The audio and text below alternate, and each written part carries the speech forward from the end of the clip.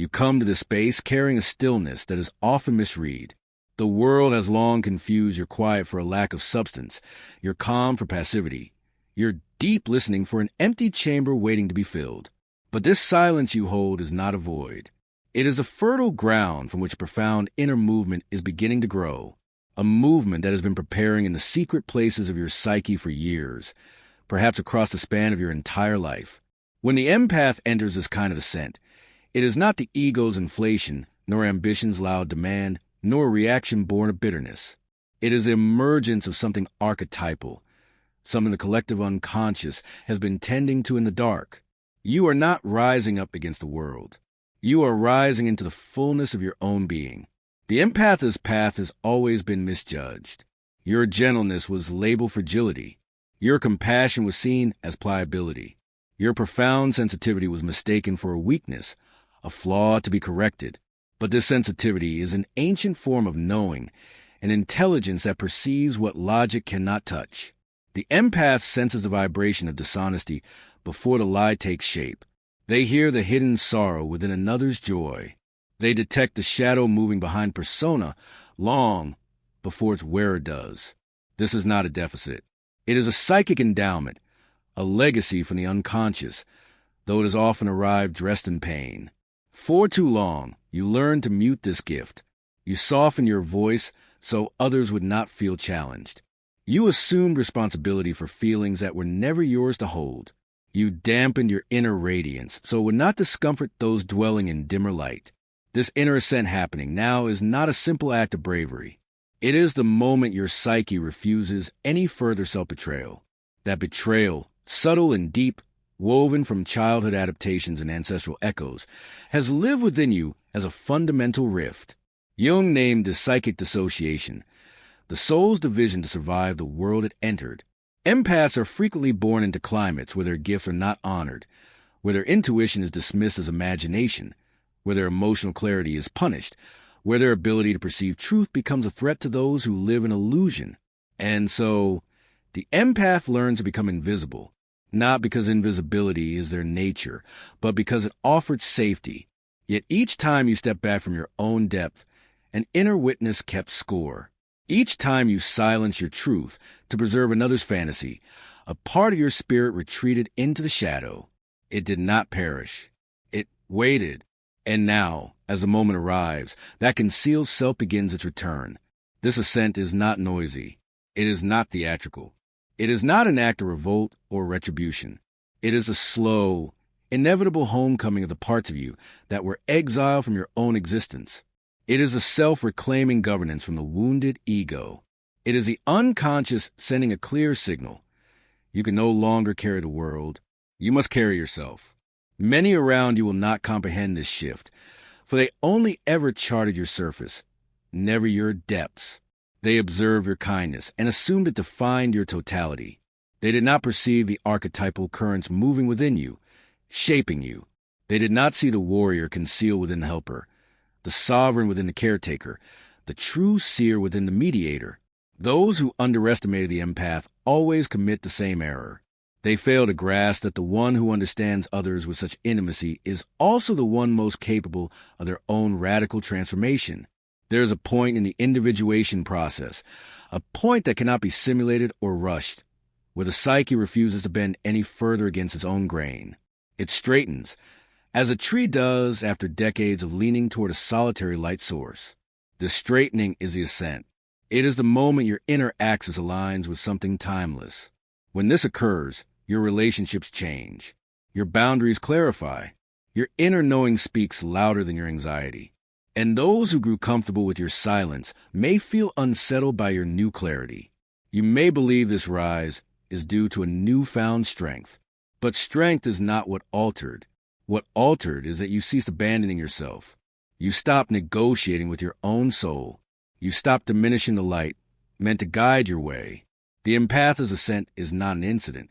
It is the awakening of an interior world that has awaited the permission to step forward. And you are the sole grantor of that permission.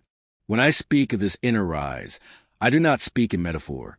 In dreams, this movement manifests as ascent, scaling heights, climbing winding stairs, rising from deep waters, looking down upon vast woodlands.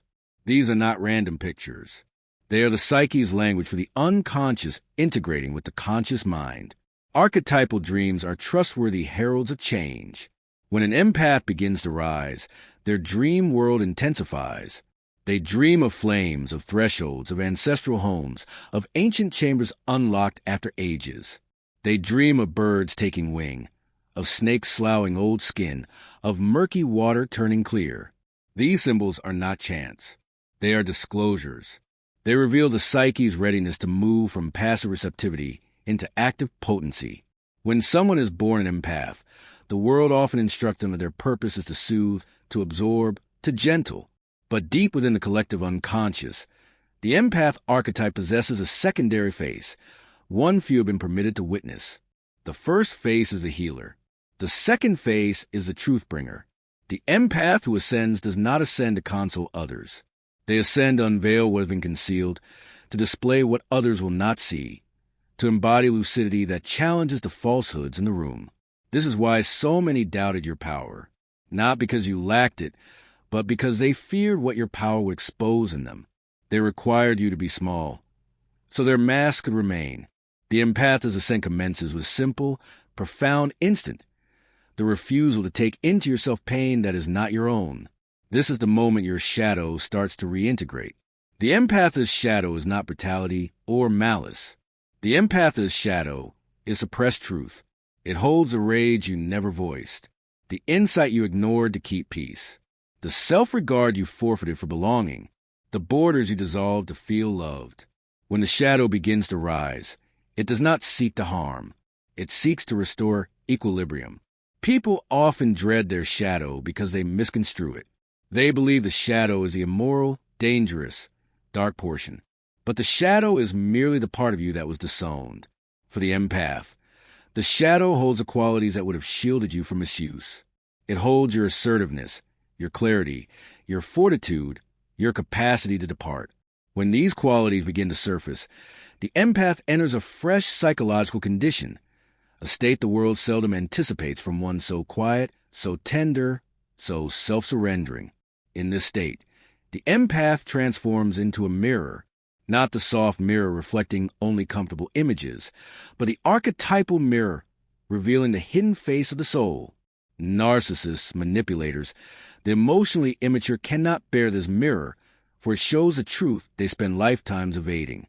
Your ascent is not an assault. You will feel like a menace to those who profited from your quiet. This is why the empath's rise often meets resistance, confusion, even animosity. Those who undervalued you are not responding to your strength. They are reacting to the sudden evaporation of their influence. The collective unconscious holds tales of this ascent. In myth, it is the queen returning from the underworld, not as a timid girl, but as a ruler. In alchemy, it is the white stage yielding to the red, the inner fire igniting. In psychology, it is a shift from projection to integration. The empath starts to see that the traits they admired in others were latent within themselves, and the traits they feared in others were shards of their own shadow. This recognition is a turning of the inner wheel. When the wheel turns, the ego may shake, but the self finds its footing. You may have felt in recent years as if you were fragmenting. You were not breaking down. You were breaking open. The unconscious rarely rises softly. It often rattles the foundations of life, so a deeper truth can emerge. Empaths experience this as soul weariness, spiritual dislocation, or a sudden inability to endure dynamics that once seemed normal. These are signals of psychic reorganization. The old identity is dissolving so the authentic one can ascend. And now that it ascends, something remarkable occurs. People near you sense a change they cannot articulate. They feel your energy retracting from old entanglements. They feel your presence sharpening, clarifying, becoming less swayed. They feel your inner world solidifying into something they cannot easily shape. This disturbs them, not because you act with aggression, but because you no longer supply the emotional flexibility they once relied upon. They cannot stretch you. They cannot bend you. You are no longer a vessel for their unresolved turmoil. You are becoming a vessel for yourself. And as this vessel strengthens, you begin to feel something you may not have known since childhood, an inner center, a place within that does not shift when the world tugs, a point of stillness that does not distort under projection, a core that does not crumble when love or approval is withdrawn. This inner center is not constructed by force of will. It emerges through the cessation of self-abandonment. You are simply permitting yourself to return to the truth of who you were before the world persuaded you to diminish. Many empaths do not realize their ascent is not an addition, but a restoration. You are not becoming something new. You are remembering something ancient. The instant you stop bargaining with others' expectations, the unconscious returns to you the pieces you once disowned, the strength you lost when you first silenced yourself, the intuition you dismissed because no one around you validated it, the truth you swallowed because it frightened those dependent on your compliance. As each fragment returns, the empath's outline changes. Those who once knew you will claim they no longer recognize you. But that is because they never truly saw you. They saw the version you curated for their ease. Your ascent, therefore, is not a performance. It is not for show. It is an inner alignment that eventually becomes visible because truth cannot remain hidden within the psyche forever. The unconscious does not tolerate lies for long. Not lies told by others, and certainly not lies told to oneself. And the empath's greatest lie is the pretense of fragility. Fragility was never your nature. It was your camouflage. You wore it to survive the emotional climates of those you loved. But every camouflage must eventually dissolve or it becomes a cage. When you begin to remove the disguise, your relationship with power transforms. Power no longer feels like an external object to be earned, pursued, or contested. It feels like a current flowing through you, as a river through a canyon. This is because true power, the kind born of individuation, is not domination over others, but sovereignty over the self. It is the realization that your inner world no longer contorts under the weight of others' narratives. You are no longer maintaining their illusions at the cost of your truth. And when you step into this state, others feel it before you do. They sense the shift in your presence. They sense the subtle withdrawal of your emotional labor. They sense the quiet, undeniable change in your posture. You no longer hurry to rescue them from their discomfort. You no longer soften your speech to preserve peace. You no longer absorb what they refuse to process. They feel the gravity around you altering, and some will panic, for they depended on your willingness to carry what they would not hold. They will say you have turned cold. But this new coldness is not cruelty. It is clarity. It is a refusal to sacrifice your integrity to maintain another's comfort. It is the absence of emotional manipulation, yours and theirs. The empath who ascends becomes emotionally neutral where they once felt overwhelmed, not because they feel less, but because they no longer confuse compassion with self-annihilation. This neutrality marks psychological maturity. It is the moment you begin to operate not from guilt or dread, but from inner truth. In dreams, this shift often appears as a new landscape, open plains replacing cramped rooms, clear skies replacing fog, flowing streams replacing stagnant ponds. The psyche communicates through imagery long before the ego comprehends the transformation consciously. An empath nearing their rise may dream of climbing a hill and finally reaching the crest after years of wandering. They may dream of a childhood home, but with its rooms reordered or lit by a new source. They may dream of standing before a mirror and seeing a different self reflected. These dreams are not fantasies. They are psychological milestones. They signal the unconscious is preparing you for a fresh identity, one that integrates both your sensitivity and your strength. To grasp the empath's ascent, one must understand the law of opposites. What you have suppressed becomes the root of what you one day become. The empath suppresses their fire to appear gentle. One day, that fire becomes their boundary. The empath suppresses their intuition to appear agreeable. One day, that intuition becomes their shield. The empath suppresses their truth to maintain harmony. One day, the truth becomes their liberation. The ascent is born from everything you once betrayed in yourself, and those exiled qualities return with a kind of sacred authority. Here we must speak of archetypes, for the empath's ascent is not solely a personal journey. It is an archetypal pattern within the collective unconscious. The empath corresponds to the healer, the sage, the oracle, the innocent, and sometimes the exile. But when the ascent arrives, a new archetype awakens, the warrior of light, not in a naive sense, but in the true Jungian sense of the psychic warrior who confronts inner darkness and refuses to remain fragmented. The empath who ascends is no longer merely a receiver of emotional data. They become an interpreter, a master, a sovereign of it. This is why the ascent is so potent. You are integrating both sides of your nature, the soft and the sharp, the receptive and the assertive, the healer and protector.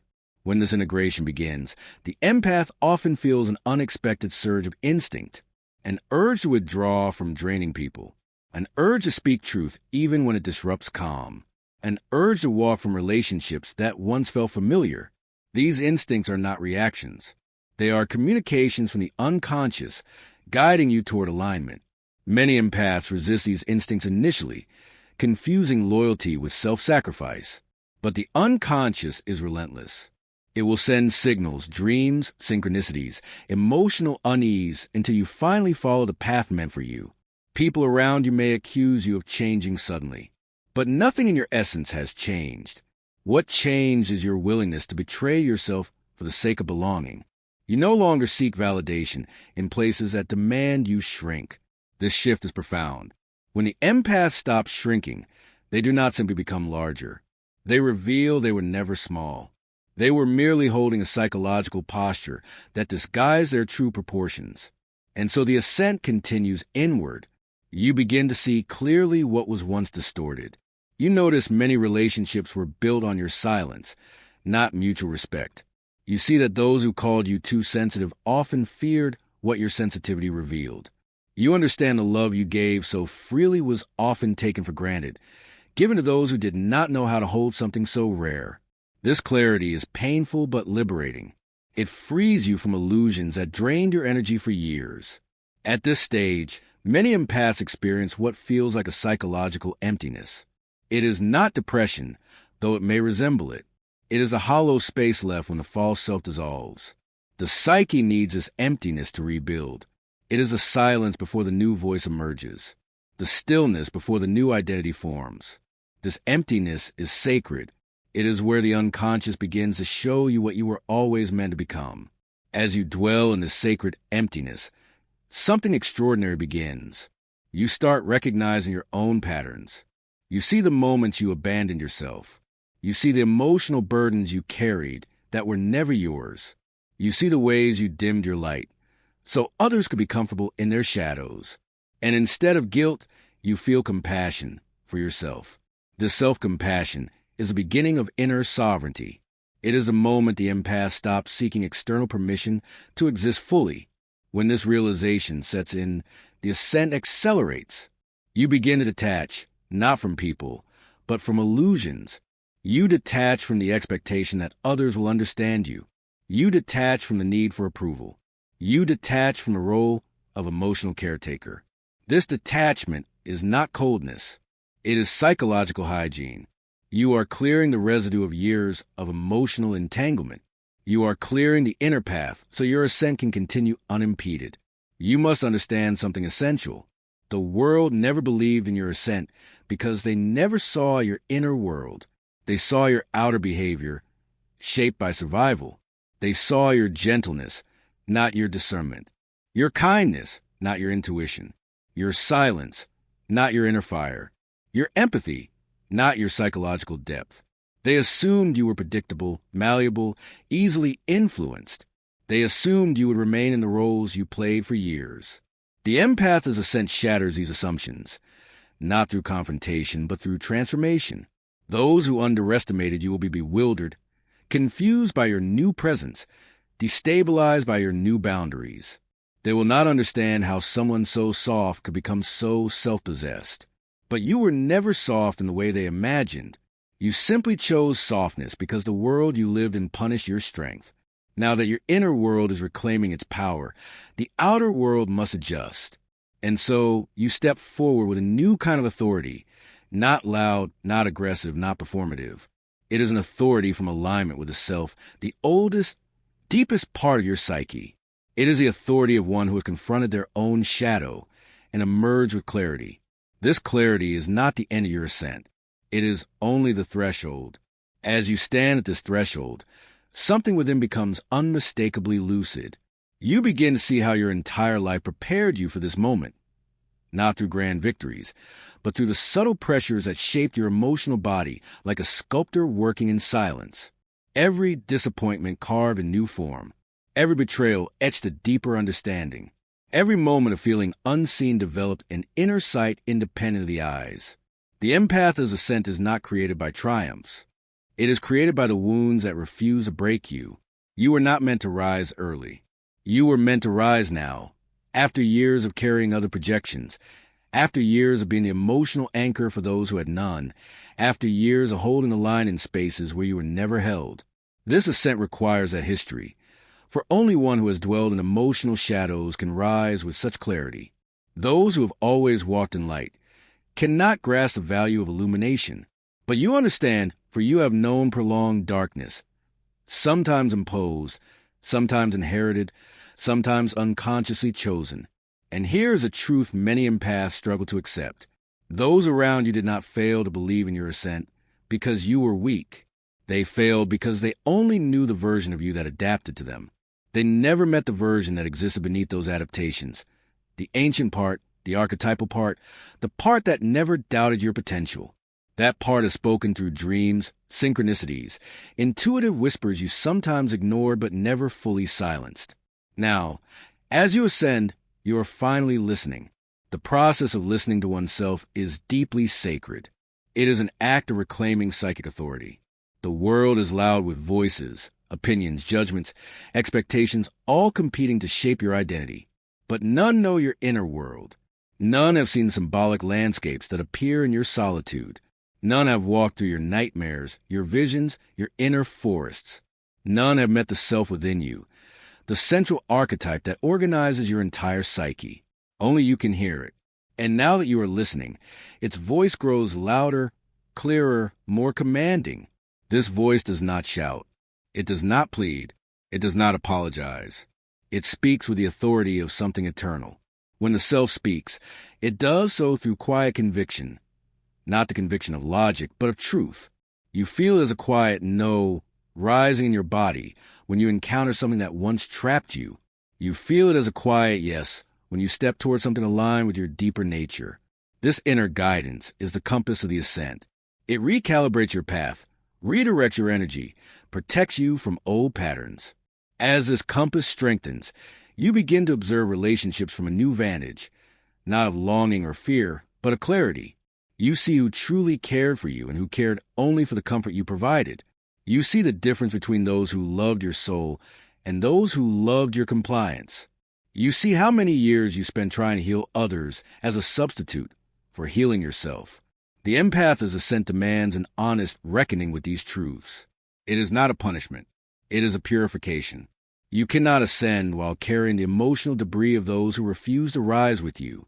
At this stage, you may feel a strange sensation, your soul pulling away from what once felt familiar. Old friendships may feel brittle. Old roles may feel suffocating. Old patterns may feel intolerable. This detachment is not emotional numbness. It is the psyche withdrawing energy from what no longer serves your individuation. Individuation demands honesty. It demands you acknowledge when a version of yourself has expired. And so the empath begins to shed, like the serpent in ancient symbolism, leaving behind an identity once necessary but now too confining. People often misinterpret this shedding. They think you have become distant, withdrawing, pushing them away. But in truth, you are stepping toward yourself. You are stepping toward an inner truth that has called to you in dreams for years. You are stepping toward a wholeness that does not require you to fracture your soul to maintain connection. This is the ascent.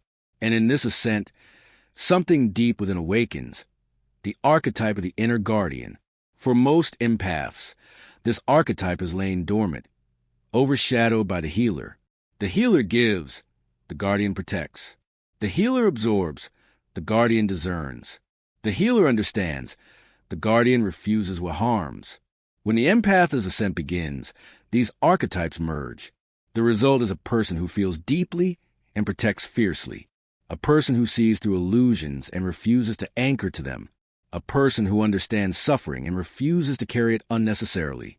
This integration is what makes the ascending empath so powerful, not in a worldly sense, though that may follow, but in the psychic sense. Powerful in presence, powerful in clarity, powerful in emotional stability. This power unsettles those who expected you to remain predictable. Your ascent exposes the imbalance in their relationships with you. They were accustomed to a version of you that needed nothing, that gave endlessly, that apologized for truths not yours to apologize for. But now you ascend with new understanding. Empathy without boundaries becomes self-abandonment. Compassion without discernment becomes self-sabotage. Healing others without healing oneself becomes a silent self-destruction. And so the ascent is accompanied by a return to the self. A return so profound it redefines your entire emotional ecosystem. This return is a dream image often shared. A doorway, narrow, sometimes old or dark, sometimes carved with familiar yet unreadable symbols. The doorway is small enough that you can pass only if you release what you carry unnecessarily. This is the archetypal threshold. When the empath approaches this door, they often feel fear, not of the unknown, but of leaving behind what once served as identity. The psyche fears death more than pain, and every ascent requires a symbolic death of the old self. When you pass through, what awaits is not a new world, but a deeper dimension of the world you already inhabit. You begin to sense the emotional currents beneath words. You notice the shadows behind behaviors. You feel the truth of situations before they unfold. This is not paranoia. It is intuition finally relieved of the noise that once drowned it. You are not becoming more sensitive. You are becoming more accurate. The empath, as ascent sharpens perception, dissolves illusions, clarifies motives. And with this clarity comes peace. A peace rooted not in naivety, but in wisdom. This wisdom brings a strange, beautiful shift. Your energy becomes harder to access, not because you withhold it, but because you no longer leak it. Your presence becomes more selective. Your time becomes more valuable. Your emotions become more sovereign. You become someone who can sit in silence without needing to fill it, who can walk away without guilt, who can say no without collapsing into fear. This is the ascent. Those who underestimate it, you will see the difference. They may not understand consciously, but they will feel it. The steadiness in your voice, the boundaries around your presence, the absence of the old emotional availability they took for granted. Some will be drawn to this new version, sensing its depth and strength. Others will be threatened, for your transformation exposes their stagnation. But you will no longer shape yourself around others' reactions. You are no longer living externally. You are living from the inner self. In this state, something remarkable happens. The empath becomes unmanipulable. You cannot be controlled by guilt, swayed by emotional chaos, seduced by false promises, intimidated by conflict. This does not mean you are detached from emotion. It means you are no longer trapped in it. You feel deeply but do not drown. You understand others but do not lose yourself. You care but do not collapse. This is the psychological maturity of the ascending empath. And as this maturity stabilizes, people begin to see you differently. They may not say it, but they feel you carry an energy they cannot name, an energy that feels ancient, grounded, impenetrable. This is the energy of one who has integrated their shadow.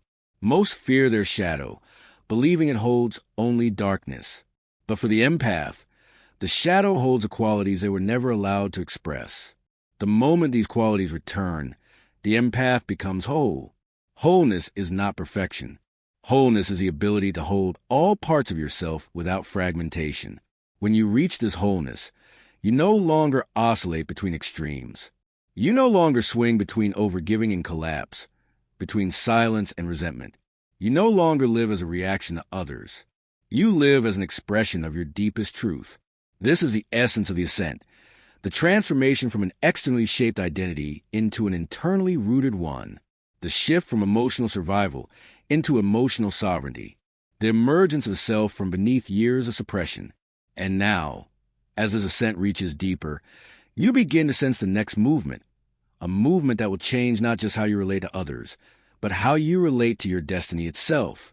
As destiny begins to move through you instead of around you, you sense an inner redirection logic cannot explain. Paths you once pursued lose their pull. Goals you once chased lose their luster. People who once anchored you feel distant. It is not because you abandoned them. It is because your psyche no longer orbits them. The empath's ascent brings a profound recentering, a return to an inner axis that does not bend for the sake of belonging. This axis, once activated, guides you with precision. You feel it in your bones, your breath, the subtle way your intuition speaks before your mind interprets. This is the moment you realize the ascent was never external, never about proving yourself, never about becoming stronger than others. It was about ceasing to betray yourself. And once the psyche stops betraying itself, destiny stops resisting you. It begins to unfold as if waiting for you to step into your rightful position. This unfolding is not dramatic. It is quiet, steady, unshakable. For the empath's ascent is not the ego's rise. It is a rise of the self, the oldest, most sovereign part of your psyche. With this ascent comes a new relationship to time. You no longer feel the desperation that pressured you to act quickly, to give immediately, to rescue impulsively. Time expands around you. You no longer react. You respond. You no longer rush. You consider. You no longer collapse. You contemplate. This slowing is not laziness. It is awareness. It is the internal shift from operating through fear to operating through presence. Presence is the empath's superpower once they ascend. It allows you to see what others overlook, to hear what others ignore, to feel what others suppress. And with presence comes discernment, the quality that transforms empathy from vulnerability into quiet mastery. Discernment is not judgment. Judgment arises from fear. Discernment arises from truth. Judgment seeks to diminish. Discernment seeks to reveal. When the empath begins to use discernment, they no longer attract chaos disguised as connection. They no longer welcome those with unclear intentions. They no longer internalize the emotions of those who refuse to grow. Discernment becomes a psychic filter preserving your energy, the guardian at the gate of your inner world. With discernment awakened, the empath enters a phase where relationships become fewer but deeper. You no longer tolerate half-present interactions, half-hearted promises, half-truths spoken for comfort. You begin to crave sincerity, clarity, resonance, connections that align with your frequency instead of draining it. This craving is not a desire. It is a calling. The psyche directs you toward those who can witness your full ascent without fear, envy, or control. People who do not flinch at your truth, shrink from your intensity, or confuse your depth with complexity. These are the ones who will meet you at the level of your becoming. But to reach them, you must first walk a sacred passage, the passage of solitude. Solitude is not loneliness. Loneliness is the absence of others. Solitude is the presence of yourself. For the ascending empath, solitude is the crucible of the final transformation. In solitude, the psyche reorganizes. It sifts through remnants of old identities. It releases echoes of voices that shaped your self-perception. It dismantles false narratives inherited from childhood, family, society, wounded relationships. Solitude becomes a psychological womb where the new self gestates.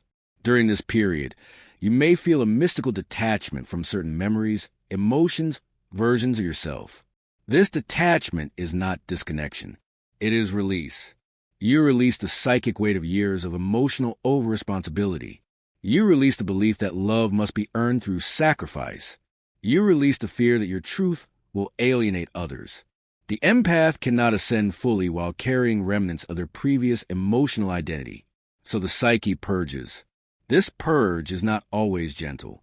Sometimes it arrives as ancient tears, as anger never allowed, as heavy silence demanding deep listening, as powerful, symbolic, unsettling dreams. You may dream of fire burning an old house, dissolving outdated structures. You may dream of water cleansing a darkened shore, emotional renewal. You may dream of meeting a guide, a shadow, an ancestor speaking in riddles, leaving you with inarticulate clarity. These dreams are not fantasies. They are communications from the unconscious guiding you through the sacred passage. When the purge is complete, something extraordinary happens.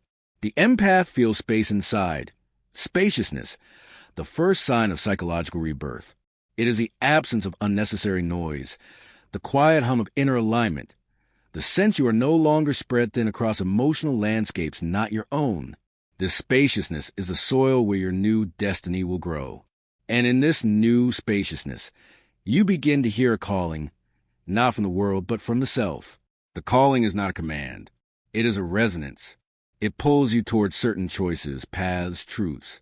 The empath's ascent activates the archetype of the pathfinder, the one who follows internal signals, not external maps.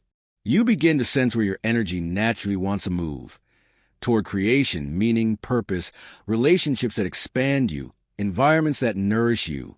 With the ascent comes an unexpected shift. You no longer fear being misunderstood, being alone, disappointing others. These fears lose power because you have returned to yourself. The empath who ascends becomes anchored from within, and when anchored from within, the world cannot untether you.